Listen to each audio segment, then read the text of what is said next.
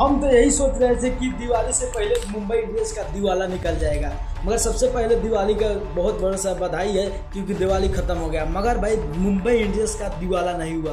क्यों मैं बात रहा कि दिवाला नहीं हुआ? देखो, सबसे पहले मुंबई का 4 जो योद्धा थे वापस आ गए हैं, यानी कि चारों को रिटर्न कर लिया गया। तो आप सोच रहे हो भाई कौन सा प्लेयर है जिनको मुंबई इंडियंस ने रिटेन कर लिया? तो देखो, सबसे पहले मुंबई इंडियंस का बात आता है बुमराह, यानी कि सबसे ज़्यादा पैसा लेने वाला क्रिकेटर बुमराह, यानी कि मुंबई इंडियंस में सबसे ज़्यादा 18 करोड़ में बुमराह को लिया गया है। जो बुमराह को अगर मैं मानता तो इंडिया में सबसे ज़्यादा पैसा मिलना चाहिए। क्यों? क्योंकि बुमराह का बॉलिंग ज़बरदस्त होता है।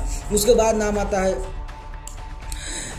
रोहित शर्मा जो 16 करोड़ में उनको रिटेन किया गया है, यानी कि 16 करोड़ में उन लोगों को दाव पे लगा के रिटेन किया। उसके बाद आता है सूर्य कुमार और हार्दिक पांड्या का। तो भाई ये सही किया है मुंबई इंडियंस ने, क्योंकि अगर सूर्य कुमार और हार्दिक पांड्या को इक्वल नहीं दिया जाता तो कंपेयर नहीं किया जाता और उन लोगों का मन में भी खटपट चल रहा था। मगर उन दोनों को 16.3.5 करोड़ में लिया है, यानी कि बहुत अच्छा किया है मुंबई इंडियंस ने। और मुंबई इंडियंस ने अपने चारों धुरंधरों को अपनी टीम में वापस कर लिया है और लगातार ये अंबानी है तो मुमकिन है। बात करते हैं सीएसके का। तो वही सीएसके में थाला कहे जाते थे महेंद्र सिंह धोनी, उनको एंड कैप्टन की प्लेयर के तौर पे वापस किया है और 4 करोड़ मिला है। उसके बाद आता है पथिराना, यानी कि पथिराना को 13 करोड़ दिया गया है। उसके बाद रविंदर